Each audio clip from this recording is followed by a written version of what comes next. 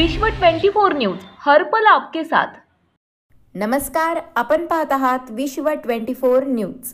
सोलापुरात प्रथमच मशिदीत कोरोना लसीकरण। महापालिकेचे उपायुक्त धनराज पांडे यांनी केली प्रशंसा। कोरोनाच्या नव्याने परिवर्तित झालेल्या ओमायक्रॉन विषाणूचा फैलाव होत असल्याच्या पार्श्वभूमीवर प्रशासनाने कोरोना लसीकरण मोहिमेला गती दिली असताना त्यास प्रतिसाद देत सोलापुरात एका मशिदीमध्ये लसीकरण शिबिर भरवण्यात आले। या शिबिरात 400 पेक्षा अधिक स्त्री पुरुषांनी लसीकरण करून घेतले। त्यासाठी मशिदीच्या पेशीमामांनी मागील 8 दिवसांपासून मशिदीत नमाज पठणाच्या वेळी लसीकरणाचे महत्त्व पटवून दिले होते। त्याचे चांगले दृश्य परिणाम या शिबिरातून पाहायला मिळाले। शहरातील मुस्लिम पाच्छा पेठेत नूरे इस्लामी मशिदीमध्ये दैनंदिन नमाज पठणाबरोबरच कोरोना प्रतिबंधासाठी लसीकरण शिबिराचे आयोजन करण्यात आले होते। या शिबिरास महापालिकेचे उपायुक्त धनराज पांडे यांनी भेट देऊन मशिदीचे विश्वस्त मुतवल्ली आणि पेशीमाम यांची प्रशंसा केली। ओमायक्रॉन या कोरोनाशी संबंधित नवा विषाणूचा प्रादुर्भाव वाढू लागल्यामुळे प्रशासनाने लसीकरण मोहिमेला गती दिली आहे।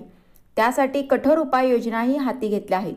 दोन्ही लस मात्रा न घेतलेल्या व्यक्तींना शासकीय व निमशासकीय कार्यालयांसह बँका, मॉल व अन्य कोणत्याही ठिकाणी प्रवेश नाकारला जात आहे। दोन्ही लस मात्रा न घेतलेल्या रेशन कार्ड धारकांना रेशन धान्याचे वितरणही थांबवण्यात आले आहे।